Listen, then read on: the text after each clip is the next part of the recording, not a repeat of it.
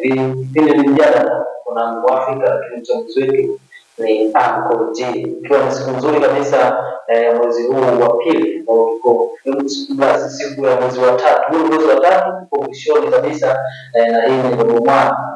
Kwa sasa mwaka ndio hivyo leo tunatafuta nusu ya mwaka 2025. Ndipo nakuja kukwambia kipindi mjadala. Lakini leo kuna topic bwana hot kabisa ambayo ina trend sehemu mbalimbali, vyombo vya habari mbalimbali mitandaoni, na sisi tumesema tukuletee hapa na kuichambua kupitia uchambuzi wetu makini kabisa hapo ili kuangalia kodi, na si nyingine inahusiana na tukio ambalo linahusisha mtu mmoja ambaye anapewa kazi ya kuhakikisha anamaliza mbunge wa Kisesa. Huyu ni Luhaga Mpina kupitia Chama cha Mapinduzi yani CCM. Tuko na Anguti atazungumzia hili sakata na kutuambia hili lina maana gani. Anguti, mambo poa bwana. Hili sakata bwana imekuwa ni kama ina trend sana, watu wamelipokea kwa namna tofauti kabisa.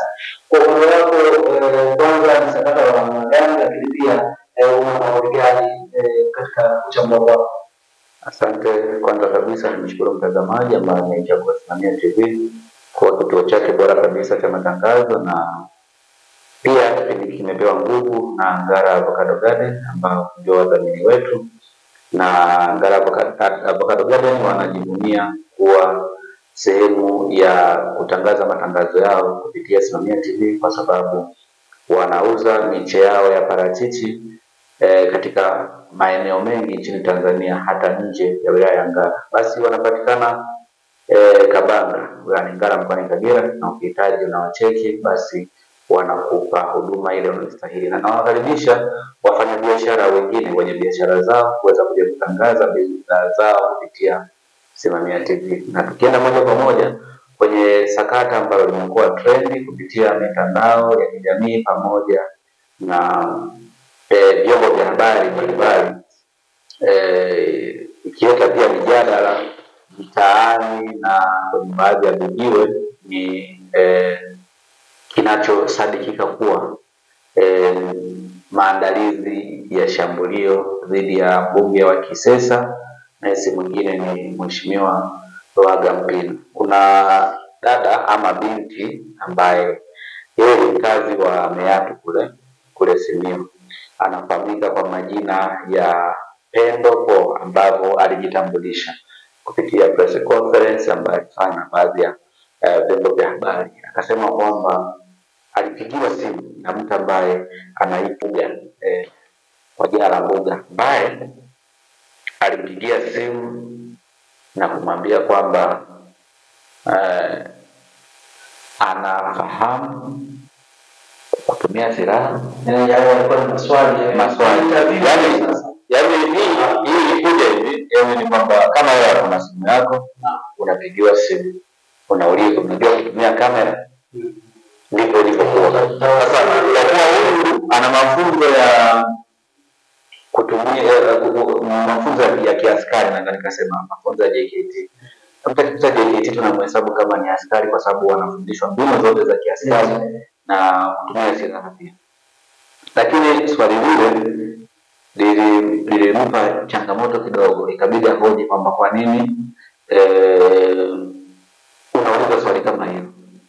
Basi mpiga simu akamwambia sio na wasiwasi, mimi nahitaji ufanye shambulio la shambulio dhidi ya mbunge wa Kisesa Luhaga Mpina, na akamwambia kwamba anampa silaha, na manake mtoa silaha ni mpiga simu katika mazungumzo yake, lakini pia atamlipa kiasi chochote cha fedha ambacho atakihitaji.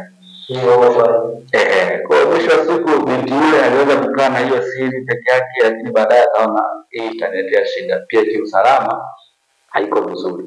Kilichokuja kufuatia pale ni alienda kwenye kituo cha polisi ambacho kipo karibu yake, akaripoti, na katika mahojiano yake ama katika press conference yake ameweza kumtaja askari ambaye alifika kwake na kumweleza ile jambo. Kwa alichojibiwa ni kwamba alipewa siku kadhaa ambazo atapigiwa simu kwamba wanalifanyia uchunguzi, kwa sababu pia hata ukiangalia kwenye press conference yule binti ametaja na namba ya aliyempigia simu, lakini zile siku ambazo alikuwa kupigiwa kwamba atapigiwa, zile siku zilipita, akaona kimya, ikabidi ampigie simu yule askari kujua nini kinaendelea, na bado haikusaidia kitu. Aliambiwa uchunguzi unaendelea. Ikabidi asogee mbele zaidi kwa kufuata taratibu kwamba pengine hawa wadogo ninaongea nao itakuwa ni changamoto kidogo, ngoja niongee na wakubwa. Basi akamtafuta mkubwa pale, akamwelezea, alipomwelezea akamwambia majibu yale aliambiwa chini ndio ilikuja kuambiwa na huyu mkubwa ambaye aliamini nikifika hapa basi jambo langu limeisha. Basi kitu ambacho kilipata pale ni kwamba mpaka leo anasubiri kupigiwa simu, lakini shida sio uchunguzi. Shida ya sisi kuja hapa kuchambua ni kwamba wakati uchunguzi unafanyika, usalama wa huyu binti uko wapi? Kwa sababu kumbuka ni kwamba alishakataa kufanya lile zoezi, na naamini aliyempigia anamfahamu huyu binti, anajua anaishi maisha gani, amezaliwa sehemu gani, familia yake ikoje, na mpaka anampigia. Inawezekana alikuwa anajua yule binti yuko sehemu gani, na maana angesema niko tayari, inawezekana muda huo wangu amwambie bwana ndio sehemu gani, silaha hii hapa, ndio katekeleze ili jambo. Sasa jambo lenyewe likataa, manake binti mpaka sasa hivi yuko matatani kwamba pengine kitakachopata inawezekana akauliwa yeye ili kupoteza ule ushahidi.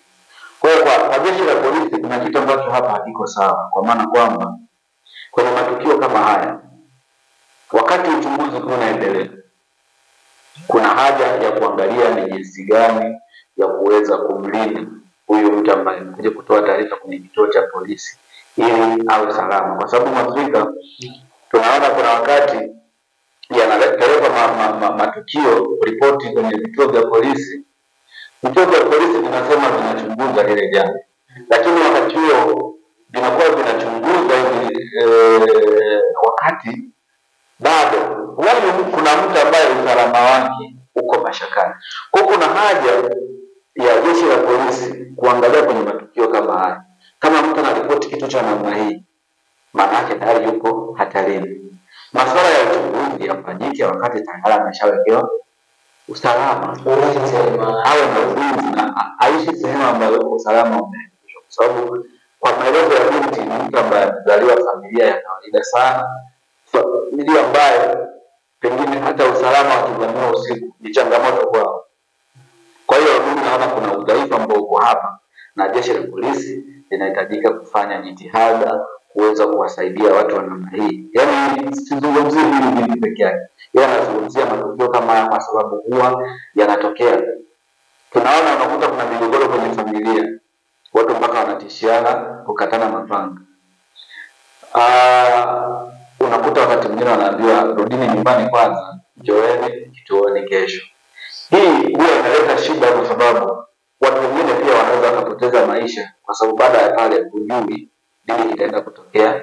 Bora lile jambo lifanyiwe kazi wakati huo, au ikiwezekana mmoja kati ya wale ambao wana migogoro aweze kuwepo mbali na mwingine ili kuweza kupusha maafa.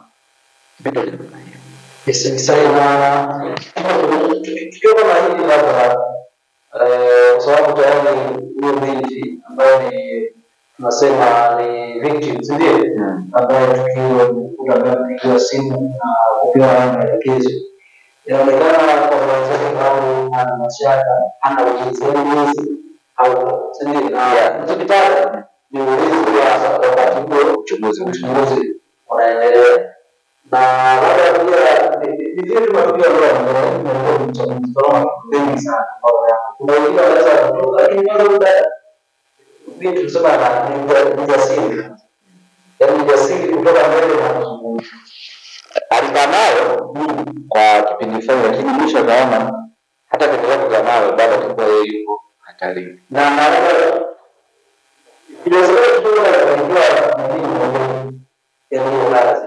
Lakini sasa unajua tunapokuwa kwenye uchaguzi, kuna watu pia wanaweza kusema labda hiyo mtengenezo inawezekana hivi. Kuna watu wanaweza kukuja kwa mpina, na ndio maana wanatengeneza attention ya kuonekana kuna mazingira ya kufanyia kwa mfano hivi. Kuna watu pia wizara siku hizi wanaona sawa fikra zangu zikaja hivi, lakini ndio maana pia kuna jambo la uchunguzi. Ile namba ipo na tunaamini ile namba imesajiliwa TCRA, lakini pia mambo ya cyber crime yanajulikana kwamba ni process gani ambazo zinafanyika, lakini iwe ni kwamba limetengenezwa ama ni uhalisia. Takiwa kuweka moja kwa moja kwenye kutengenezwa. Usalama wa binti lazima uangaliwe kwanza wakati uchunguzi ukifanyika. Endapo uchunguzi utafanyika hapo itaonekana binti amedanganya au ilikuwa ni mpango, basi hatua zichukuliwe dhidi yake. Lakini tunajuaje kama ni la kutengenezwa? Tunajuaje kama sio halisi? Lazima kwanza ulinzi uwepo au salama, hapo hatua nyingine zifuate. Sawa, ni jambo na ile ni mjadala na wewe zamani unaweza kutuambia hapo kwa maoni yako ni comment tuambie unazungumziaje kuhusiana na sakata hili ambalo linahusu hiyo mwanadada ambaye kwa mujibu wake kwamba anasema alipewa kazi inasemekana alipewa kazi ya kumwangamiza mgonjwa wa Kisesa Mheshimiwa Rwanda Mpina, na sisi tunaweza hivi kusema kuhabarisha hiyo habari, sababu mara zote huwa tukiona kitu kimetokea lazima tukipitia hapa na tuchambue, lakini pia naweza kuchambua maoni kwa maoni yako hapo chini tuambie una maoni gani.